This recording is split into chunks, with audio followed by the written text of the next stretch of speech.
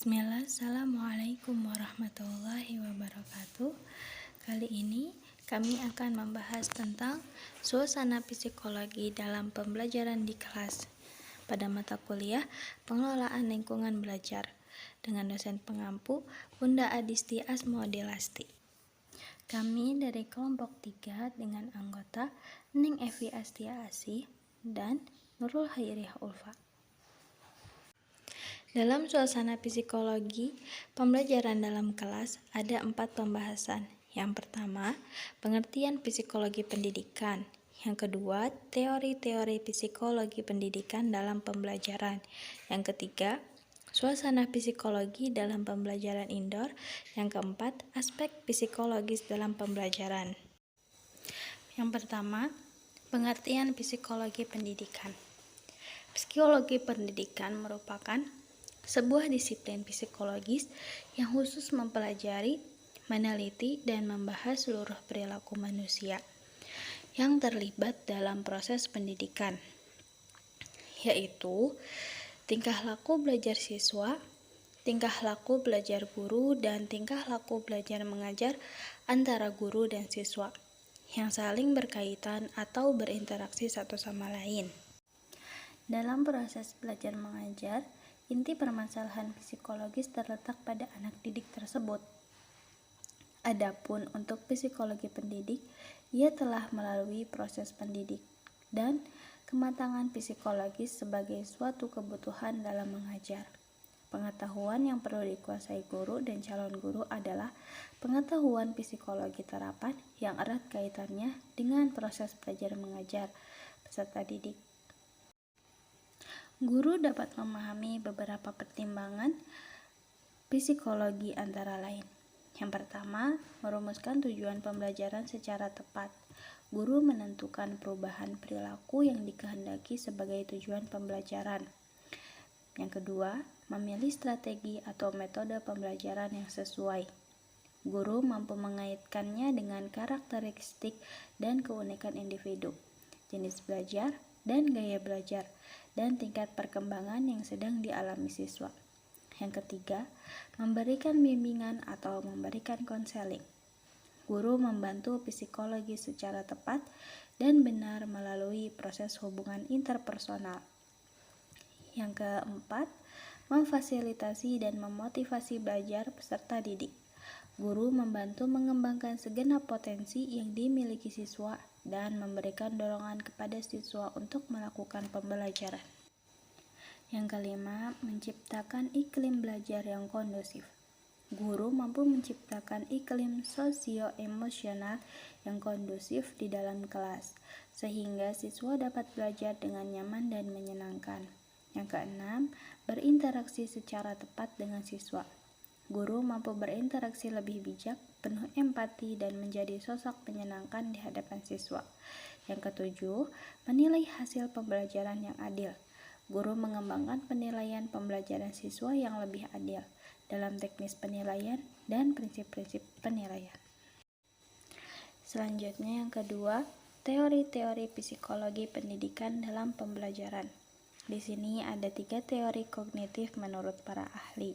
Yang pertama ada teori kognitif menurut Piaget.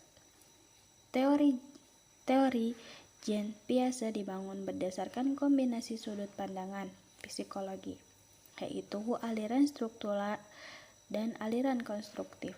Psikologi struktural yang mewarnai teori kognitif Piaget dapat dikaji dari pandangan tentang inteligensi yang berkembang melalui perkembangan kualitas struktur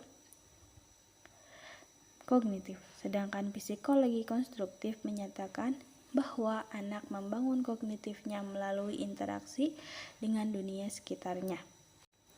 Dalam pandangan kognitif menurut Piaget ada 4 fase perkembangan, yaitu fase sensomotor, ada pada usia 0 sampai 2 tahun.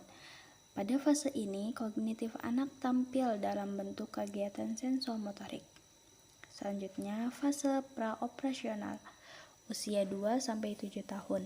Pada fase ini, kognitif anak tampil dalam bentuk berpikir secara intuitif. Selanjutnya, fase operasi konkret, usia 7 sampai 12 tahun.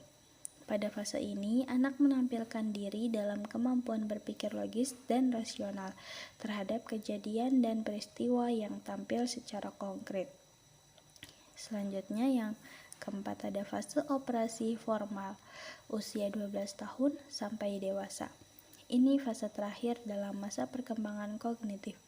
Pada usia ini, anak menampilkan diri dalam bentuk kemampuan berpikir abstrak dalam memprediksi hal-hal yang akan terjadi. Selanjutnya, teori yang kedua, menurut Branner. Menurut Branner, dalam proses perkembangan kognitif berlangsung sejalan dengan perkembangan anak. Dalam masa ini, terjadi beberapa transisi perkembangan kognitif. Perkembangan kognitif menurut Branner adalah perkembangan kemampuan berpikir yang berlangsung secara bertahap. Dan yang ketiga, teori kognitif menurut Vygotsky. Teori perkembangan kognitif menurut Vygotsky berkaitan dengan kemampuan dalam merekonstruksi berbagai pengalaman aktual hasil interaksi individu dengan lingkungan di sekitarnya. Vygotsky memandang kognitif dalam sudut pandang yang luas. Selanjutnya, poin ketiga, suasana psikologis dalam pembelajaran indoor. Pengembangan anak usia dini dilakukan belajar dan bermain. Bermain merupakan kegiatan yang menyenangkan bagi anak melalui bermain. Anak bisa memperoleh kesempatan untuk bereksplorasi, menemukan, mengekspresikan perasaannya, dan berkreasi. Dalam pembelajaran indoor, ada hal-hal yang harus diperhatikan. Yang pertama, ada pengaturan penerangan, suhu udara, dan ventilasi. Kondisi pembelajaran di dalam ruangan perlu dilengkapi dengan kondisi penerangan yang memadai. Penerangan bisa dari cahaya matahari atau lampu.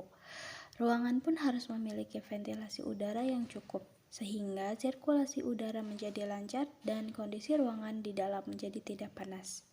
Karena pada sirkulasi udara, ventilasi digunakan untuk penerangan alami pada siang hari, dan ventilasi udara mampu memberikan suhu ruangan menjadi lebih sejuk dan tidak panas. Yang kedua, kenyamanan dan keamanan. Kenyamanan didapatkan dari ruangan yang sejuk, tidak panas, dan memiliki penerangan yang cukup akan menciptakan kenyamanan bagi anak saat pembelajaran di dalam kelas. Dan keamanan sendiri sangat diperlukan untuk anak usia dini, karena mereka belum memahami arti keamanan tersebut. Adapun guru perlu mengatur dan menata perlengkapan dalam ruangan dengan baik dan aman bagi anak.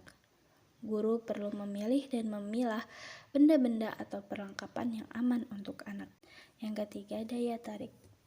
Guru perlu mendesain ruang belajar sedemikian rupa sehingga menarik perhatian anak dan dapat memotivasi anak. Ruangan bisa dihias dengan gambar yang menarik dan lukisan yang dapat menarik perhatian anak. Yang keempat, menumbuhkan tanggung jawab dan rasa pemeliharaan. Guru membiasakan anak agar menyimpan kembali berbagai alat dan media pembelajaran yang telah digunakan di tempat yang telah ditentukan. Hal ini bertujuan untuk menumbuhkan tanggung jawab pada anak terhadap berbagai sarana yang ada di dalam ruangan. Poin yang terakhir, poin keempat adalah aspek psikologi dalam proses pembelajaran. Kondisi psikologis merupakan karakteristik psikofisik seseorang sebagai individu yang dinyatakan dalam berbagai bentuk perilaku dalam interaksi dengan lingkungannya. Perilaku tersebut merupakan manifest dari ciri-ciri kehidupannya, baik yang tampak dan tidak tampak. Perilaku kognitif, efektif, dan psikomotorik. Kondisi psikologis setiap individu anak berbeda-beda karena tahapan perkembangan, latar belakang, sosial budaya, dan juga perbedaan faktor yang anak bawa dari lahir itu berbeda-beda. Mungkin sekian dari kami.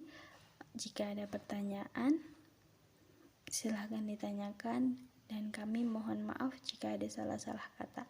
Assalamualaikum warahmatullahi wabarakatuh.